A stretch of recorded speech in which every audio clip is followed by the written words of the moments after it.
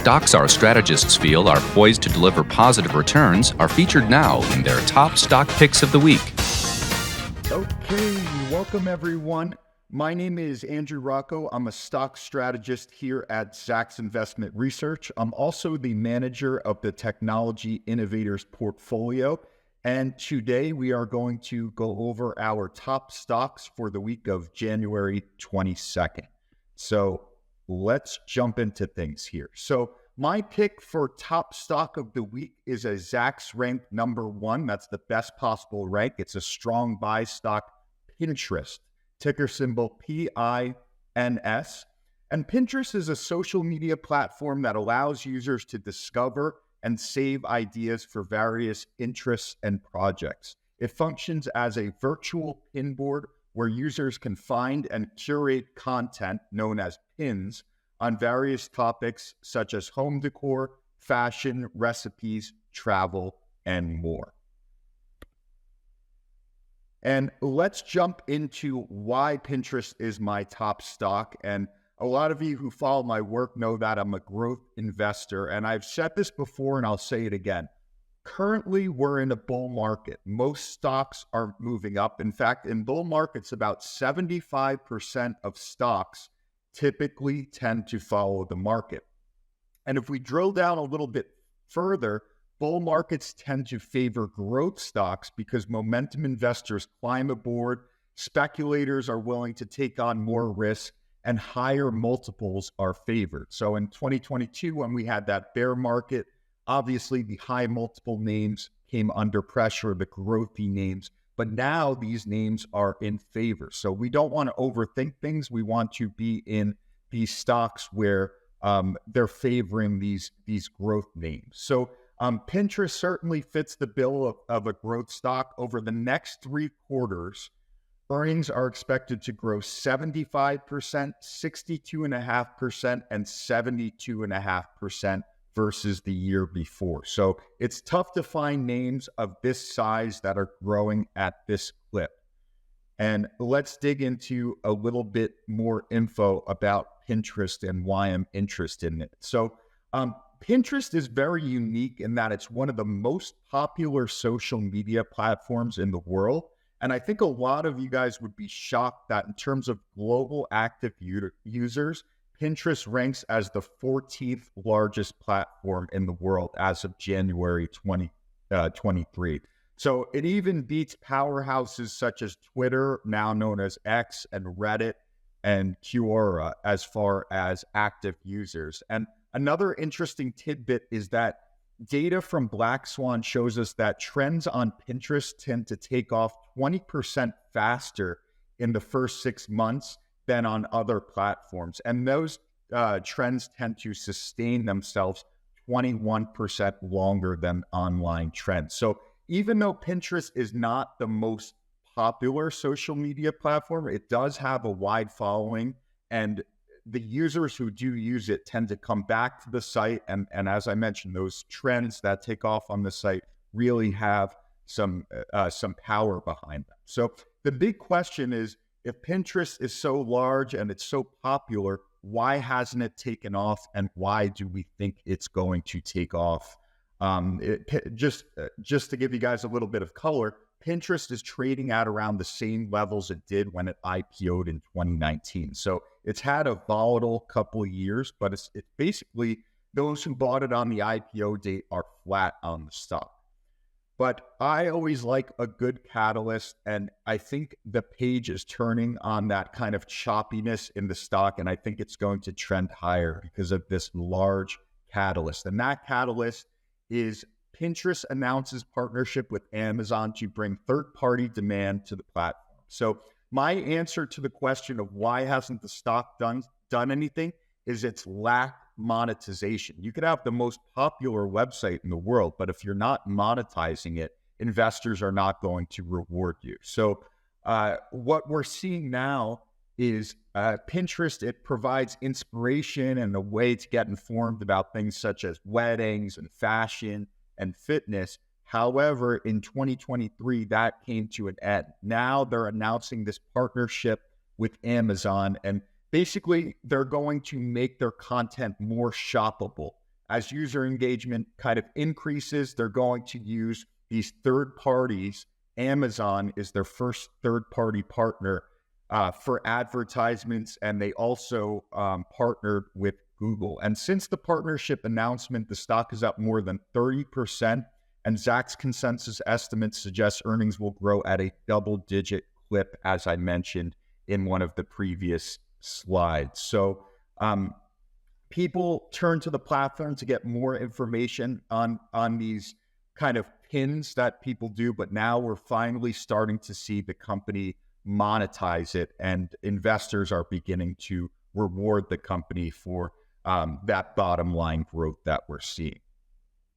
Now, another potential catalyst for Pinterest, and this goes for any social media company, but especially for Pinterest, is they acquire this AI-powered high-tech fashion shopping platform called the Yes, and that's enabled them to create a strategic organization to help steer the evolution of its features and merchants. So they're using AI so that when people come onto the website, they can tailor the content more towards the specific user. They're using AI to make the platform a lot more powerful.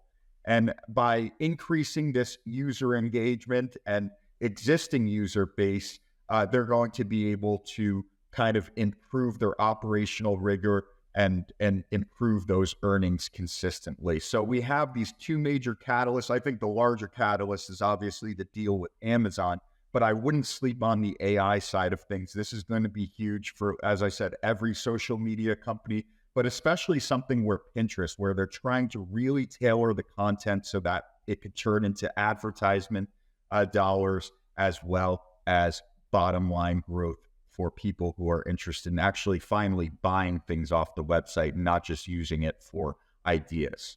So a lot of positive catalysts for the stock. And another thing that's moving in the right direction is the company is really delivering on earnings.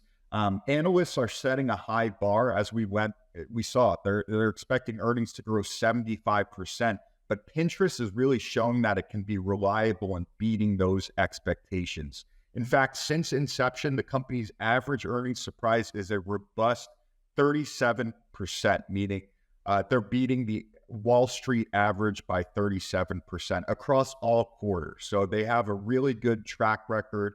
And again, these partnerships are only going to help them to continue, in my opinion. And anyone who knows my work knows that I like to combine fundamentals and catalysts with technicals. If I don't have both of those, I'm never going to be in a stock. And I like to think of a doctor. They're not going to see a patient or operate on a patient without doing an x-ray. That's how I see technicals. So let's jump into the weekly chart here of Pinterest. And you see this large green bar. And that was the first earnings report post that Amazon partnership. And you can see a clear change of character. The stock's just kind of chopping back and forth. And then boom, you see this huge ignition candle, what I call an ignition candle. You see volume was about 10 times a normal day. And what that tells me is it's not my Aunt Susie, it's not my friend on Robinhood. That is institutional accumulation. And what I love about institutions accumulating a stock is it generally takes them months or years to gain that full position. And you've seen it trend up since then. But now we're pulling into a high area of reward to risk. The first pullback to the 10-week moving average, which is the red line that you're seeing on that weekly chart, tends to be an area of high reward to risk. And you're seeing that it's already bouncing off that spot. Ideally, we want to see it get above that indecision candle, that doji candle, which occurred last week. And it's trying to do that actually as we speak. So to kind of summarize things from a fundamental perspective, from a technical perspective, everything looks strong on Pinterest. It's pulling into this area of high reward to risk. It's got those partnerships. It's got the AI catalyst. So for those reasons, I'm bullish Pinterest over the next 6 to 12 months. And thank you guys for tuning in. I'm going to hand it over to my colleague, Nina, who's going to cover her top stock. Thank you. Thanks, Andrew. I'm Nina Mishra, and my top pick today is Palo Alto Networks. The ticker symbol is PANW. And Palo Alto Networks is a global cybersecurity leader. And why this is my topic today, because I'm very bullish on the cybersecurity industry in general, and Palo Alto is a leader. It's a leader in this industry. So this past Friday, Microsoft, which is the largest or the second largest, depending on the time of trading, company in the world, they announced that a Russian intelligence group had hacked some of the emails of their executives, and the same group was earlier behind SolarWinds hack as well. So I just wanted to share a couple of slides with you. So let's take a look at these slides. So this hack that again revealed that the frequency and severity of these cyber breaches continues to rise because our world is becoming more interconnected, more digital. So that is why there is increasing need for cybersecurity products and services. And according to McKinsey research, damage from cyber attacks will amount to about $10.5 trillion annually by 2025. And they expect the total addressable market to reach about $1.5 trillion to $2 trillion. Then let's talk a little bit about artificial intelligence, which took the world by storm last year. And so AI will boost efficiency of cybersecurity enforcers, but at the same time, hackers have also been using, the bad actors have been using to launch attacks. They have been creating deep fakes, etc. So AI is boosting efficiency, and it is helping these enforcers have more timely detection and real-time response. But Palo Alto's CEO said on the conference call recently that there is rising evidence that adversaries are beginning to leverage generative AI as a tool to make attacks more sophisticated. Now, I wanted to go to Zacks.com and show a couple of charts. So this is Palo Alto Networks. It is currently a Zacks ranked number 2 by rated stock, A for growth, F for value. This is not a cheap stock, and it is not suitable for risk-averse investors. It is more suitable for investors who are comfortable with higher risk and they want more growth in their portfolio. So it is trading at a forward P multiple of more than 61 times because the stock has more than doubled over the past year. But let's take a look at the industry rank is top 23% because of the rising need for cybersecurity. Sector rank is top 25%. So that is why I like this stock. And the company, if you look at the history of earnings surprises, you will see these double-digit positive surprises, some very big positive surprises over the past few quarters. And let's take a look at the longer term price consensus and EPS surprise chart. So you will see that the company has never missed all green arrows over the past 5 years.